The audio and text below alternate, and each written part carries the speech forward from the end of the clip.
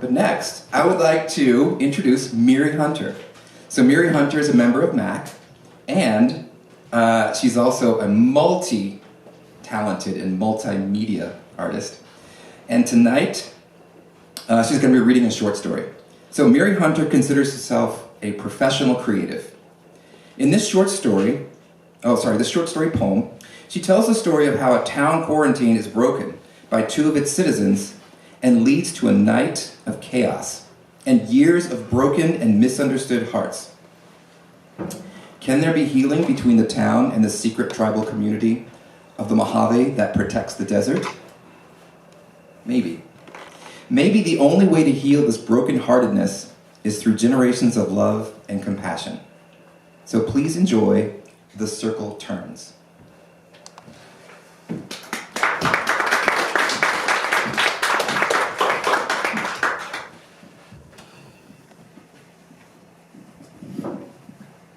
Good evening, everyone.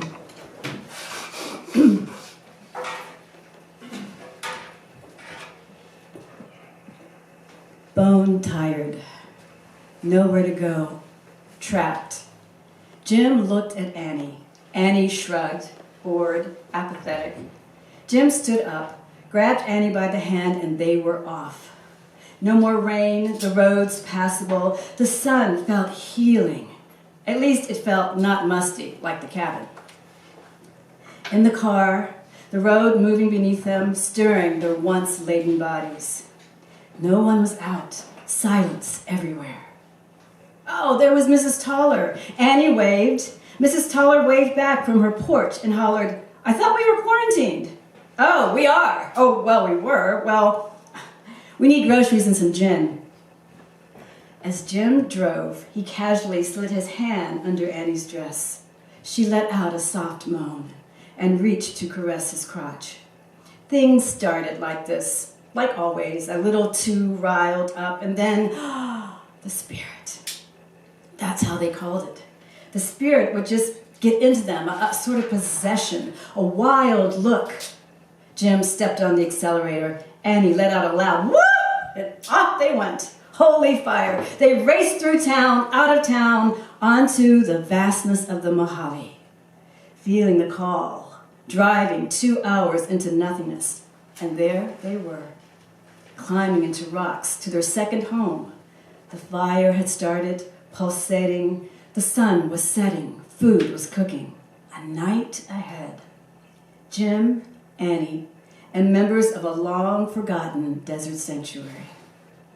Belonging, gathering, bonding together, they all dined. The drums came out. The dances begun. Medicine, they called it. Crying, sobbing into the earth. Elation always followed the purging, then the coupling, the mingling of body and spirit. Annie danced. Jim watched. That was his turn on to watch. Hers was being watched by Jim. With him and only him would she lie, sweating and throbbing in anticipation. He touched her. A soft sigh. They had wanted this place, needed this place, loved this place, this time. Minds connected, bodies intertwined, the drums, the singing, the dancing. Then a light flashed. Drums. Stop. Screams and sirens found. Jim and Annie looked up and saw the horror around them, the tribe. They're being slaughtered. The fire becoming cold in the desert night, and they shivered. Voices from around them calling them out. "We know you are here. Come out, and we'll stop the killing. Come out, and we'll take you quietly, and we'll free them." Annie and Jim came out. "More shots." "Ha ha, we lied," said the sheriff. He went on. "These people, this place, they are the source of the town's affliction. But now it's gone. And you two are under arrest for breaking quarantine and murder." Back in town, separated but not apart. "Why did you do it?" the sheriff asked. "Why put the whole town in danger?" No danger. The disease was not because of the tribe. The tribe purged the danger. Annie and Jim told him the same story. The ritual was why the town still survived. The superstition was false. The tribe understood the land. Guardians. Without the ritual, the town itself did not have long. When the guardians were gone, the town would be too. "You silly fools," said Jim and Annie. "You no longer have their medicine. You no longer have protection."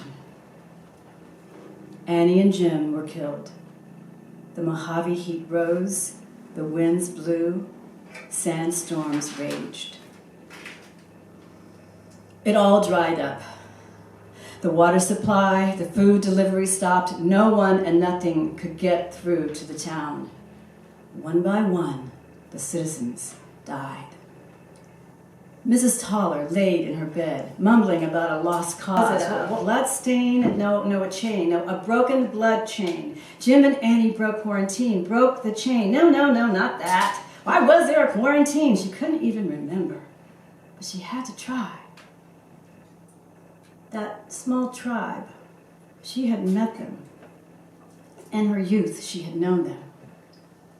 She got up to try and save what was left of the town. In her heart, she knew someone must have survived. She would walk to that desert sanctuary. Her youth, would it still be there? No one saw, so no one knew, and once again, a broken quarantine. She packed water, covered her face, took a jacket, and fondled a trinket. She wore it always around her neck. No one really knew about it except Jim and Annie. She told them they had to be careful. Superstition was all around. As she walked, she sang, her voice calming the winds in her path. The sun, almost visible. It took days, but she found remnants of the slaughter, bones. She made an offering, lighting fire, chanting, burning herbs, chanting. For 3 nights she waited, chanting, as close to praying as she would ever get. A guardian heard her calling, and on the 4th evening, he and several others came. "We saw you," he said. "I know, but we hesitated. Another trap." She interjected, "I want peace. For my town, for my people, for all of us." The guardian replied, "Many of us have died, our ways destroyed. Your people are our enemies and their own captors.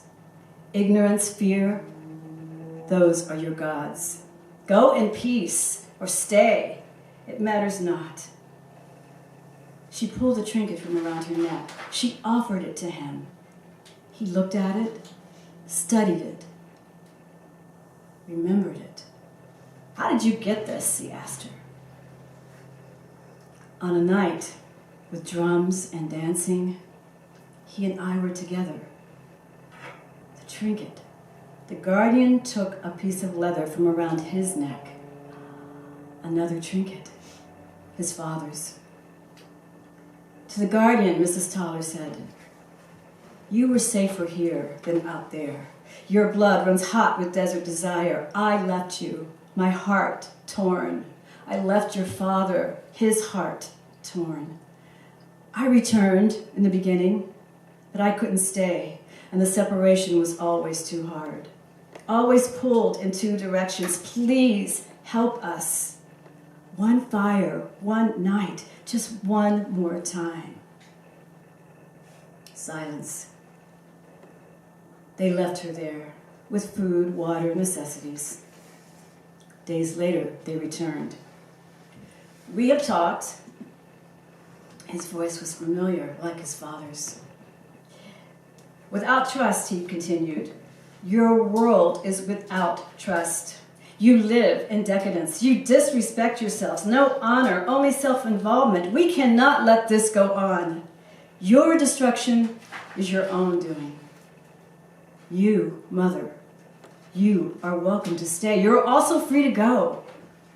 You choose.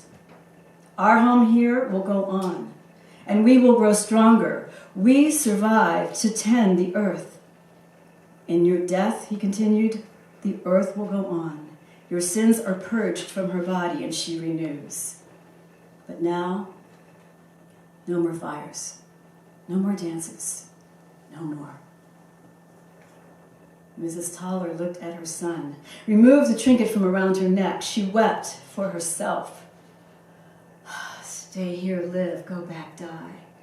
She stood, turned her back to her son. The trinket, the connection, she looked at it, she tossed it away. She walked back to her home. Through the wind, sand, and darkness, each its own plague. It took days, but her house was still standing. As she went in, she remembered Annie and Jim, broken links. Now she would wait, her silent end. It only took a few days. No one came, no one remembered, no one came.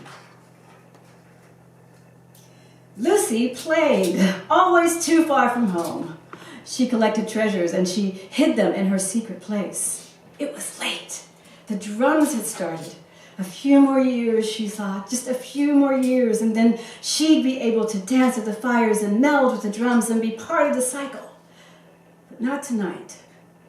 She went inside and she snuggled with her baby sister. On ritual nights like this, she participated in her own way by wearing her treasures. With her guardians gone, she would adorn herself.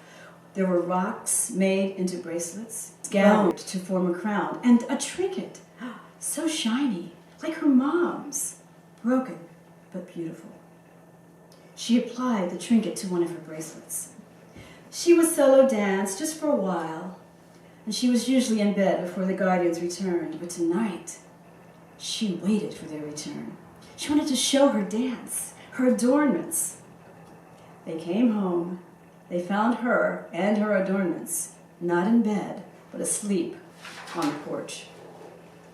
The adornments. Her mother marveled at her child's artistry and said that she would need to send her to apprentice somewhere. Her father turned angry. The bracelet, the trinket, the other half of the one he had given to his wife. It must be his mother's.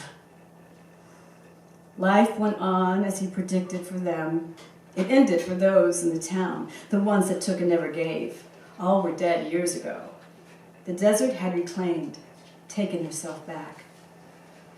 His mother. He remembered his arrogance, turning her away. His mother, the embodiment, the mother. The tribe grew, the sanctuary continued, caretaking the desert, maintaining its rights. The trinket. Seeing it brought it all back. The destruction. Had it been necessary? Pestilence. That's what he heard in his prayers. The people were a pestilence. Or were they a pestilence? Or were they petulant? Clear the land. That was it, wasn't it? He looked to his mate for reassurance. He had doubts because wasn't he part of the pestilence? His wife sought to soothe him throughout his feverish rant. He was quick, always jumping and then looking.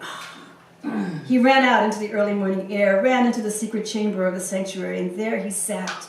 There he wept. His mother's face came to him, pleading. She only wanted to live.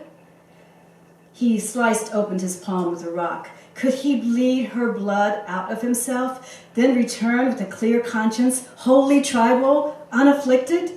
The blood ran and he screamed. His wife found him. They all found him. He raged to the sanctuary, screaming, calling out his guilt, his murders. He knew he could have stopped it. One fire, one ritual. This hubris to deny his mother. He was not part of her people. No, he was sanctuary only. He wanted to prove that he was only sanctuary. Sanctuary only. But the mother, she returns through his daughter, through the trinket. Just a trinket to him. Now, evidence of his guilt. He wandered out of the sanctuary for days until he found the remains. What was left of the town, the jail. His mother had lived somewhere in this town. Annie and Jim, they were killed somewhere in this town, and he cried again. Not for himself this time, but for them. Wailing came, it echoed back to the sanctuary. They all heard, and together his family and the tribe came to him. Fires were built, drumming and dancing began. His wife spoke into his ear. She, the mother, is still here. She dances. He raised his head, looked towards the fire, and there she danced. His mother. No, it was his daughter. The mother lives through your daughter, his wife whispered. She forgives. We start a new beginning, a welcoming sanctuary for all her children, and the circle turns.